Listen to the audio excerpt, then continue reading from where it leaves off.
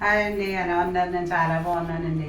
ఈరోజు చాలా రుచికరమైన, ఎంతో అమోఘమైన రుచితోటి సాయంత్రం చేసుకునే టిఫిన్ ఐటెం చూపిస్తానండి. చాలా సులువుగా చేసేసుకోవచ్చు. అదేంటంటే సేమియా పులిహార. దానికి కావలసిన పదార్థాలు ఏంటో చూద్దాం రండి. ఇదిగోండి సేమియా, పసుపు, ఉప్పు, పచ్చిమిరపకాయలు, అల్లం ముక్కలు, కరివేపాకు, నిమ్మరసం అండి. పోపుకి వేరుశనగగుళ్ళు, ఆవాలు, శనగపప్పు, మినప్పప్పు, మిరపకాయలు, ఇంగువ, జీడిపప్పునండి దీన్ని తీసుకున్నవి. మళ్ళీ దీన్ని ఎలా తయారు చేయాలో ఏంటో చూపిస్తాను రెండు వీడియోలు. ఇదిగోండి, ముందుగా స్టవ్ వెలిగించుకున్నాను. ఇప్పుడు ఈ గ్లాస్ తోటి గ్లాసు సేమియా తీసుకున్నాను. ఏ గ్లాస్తో అయితే సేమియా తీసుకున్నామో అన్ని నీళ్ళే పోసుకోవాలి. అదే ఉప్మాకైతే కొంచెం పోసుకోవచ్చు, కానీ పులిహోరకు మాత్రం గ్లాస్తో గ్లాసు నీళ్ళే పోసుకోవాలండి. దాంట్లో నూనె కానీ ఏమీ వెయ్యక్కర్లేదు. ఆ నీళ్ళు అలా మరుగుతూ ఉంటాయి. ఇది మనం ఎంతో సులువుగా పొడి పొడిగా ముద్ద అవ్వకుండా ఎలా చెయ్యొచ్చు అన్నది చాలా టిప్స్తో చెప్తానండి. చివరి వరకు మీరు వీడియో చూడండి. ఇక ఈ నీళ్ళు సరసరా మరిగినప్పుడు మళ్ళీ ఏం చెయ్యాలన్నది మీకు చూపిస్తాను. ఇదిగోండి, నీళ్ళు చూసారా అలా మరుగుతున్నాయి. అలా మరగాలి. మరి నీళ్లు మరగకుండా మాత్రం పోయకూడదు. ఇప్పుడు సేమియా ఉడకటంలోనే సేమియా పులిహోర అంతా రుచి వస్తుంది. చూడండి ఎలా ఉడికిస్తా అన్నది. ముద్దగా మాత్రం మనం చేసుకోకూడదు. ఇక కొద్దిగా పొంగు వచ్చి మెత్తపడుతుంది అనేదాకా చేసుకోవాలి. ఇప్పుడు దేవీ నవరాత్రులు కదండి, సాయంత్రం 9 రోజులు పూజలు చేసుకునే వాళ్ళు ఉంటారు. కొంతమంది శనగల పోపులో వేసి సాయంత్రం సేమియా పులిహోర చేసి అమ్మవారికి నైవేద్యం పెట్టుకుంటారండి. ఇది కూడా మనం చాలా ఈజీగా చేసేసుకోవచ్చు. అటుకులు పాలల్లో వేసుకుని, లేకపోతే అటుకులు పులిహోర సాయంత్రం అప్పుడు అమ్మవారికి ఎక్కడైనా సరే అలా నైవేద్యం పెడుతూ ఉంటారు. మనం వచ్చేది దేవీ నవరాత్రులు కాబట్టి అమ్మవారికి కూడా సాయంత్రం అప్పుడు ఇలా చేసి నైవేద్యం పెట్టచ్చు. పొద్దున్న అంటే ఏదో ఒక స్వీట్, ఏదో ఒకటి మనం పులిహోరని, బూర్లని, బొబ్బట్లు అన్నీ చేసుకుంటాము. సాయంత్రం సులువుగా అయిపోయేలాగా ఇలా నైవేద్యం పెట్టుకోవచ్చు అనమాట. తేలిగ్గా చేసేసుకుని చూసారా, అదిగా ఇలా ఇలా ఉడకాలండి.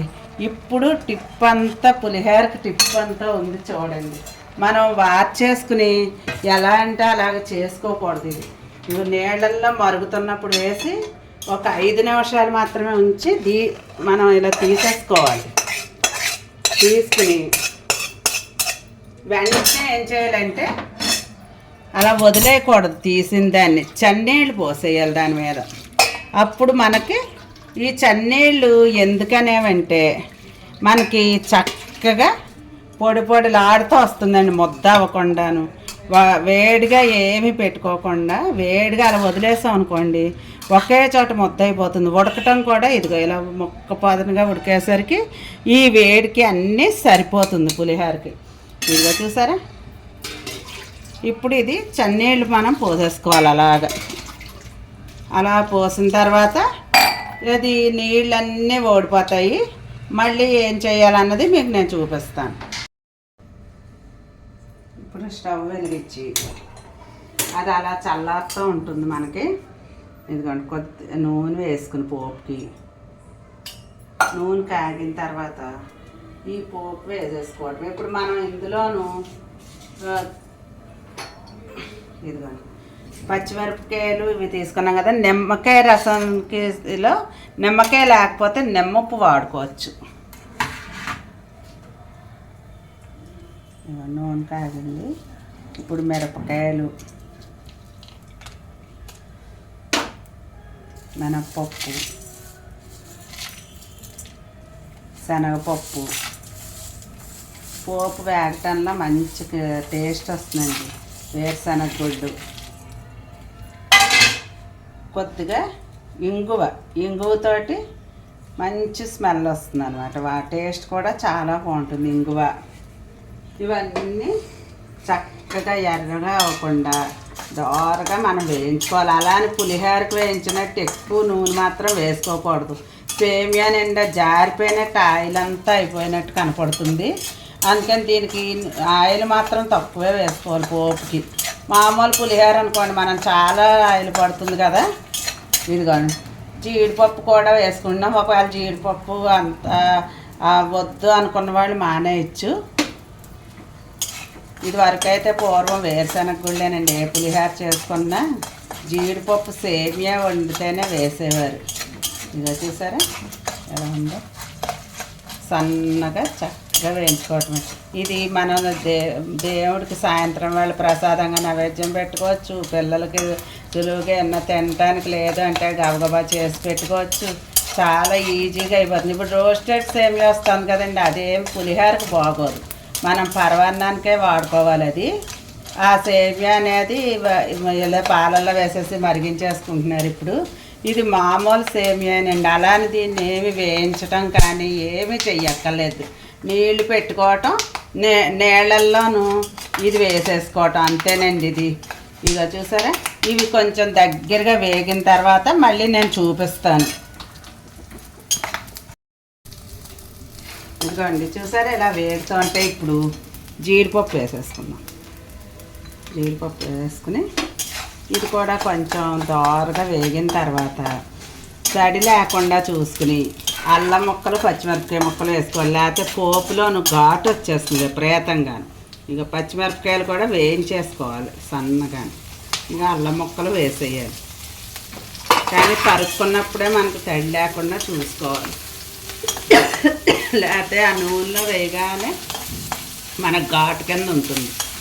ఇదిగో చూసారా, కరివేపాకు లాస్ట్లో కరివేపాకు వేసుకోవాలి. పోపు అంతా వేగిపోయింది అన్న తర్వాత మనం కరివేపాకు వేసుకోవాలి. కొద్దిగా వేగిన తర్వాత ఇదిగోండి కరివేపాకు కూడా తడి లేకుండా చూసుకోవాలి. పోపుకి కరివేపాకు పచ్చిమిరపకాయలు అవన్నీ తడి లేకుండా చూసుకుంటే మనకు పోపులో వేసిన ఘాటు రాదు. కరివేపాకు వేగటం లేదు, ఫ్రెష్గా ఉంది కాబట్టి కరివేపాకు చాలా మంచి వాసన వస్తుంది వేగటం అంటేను.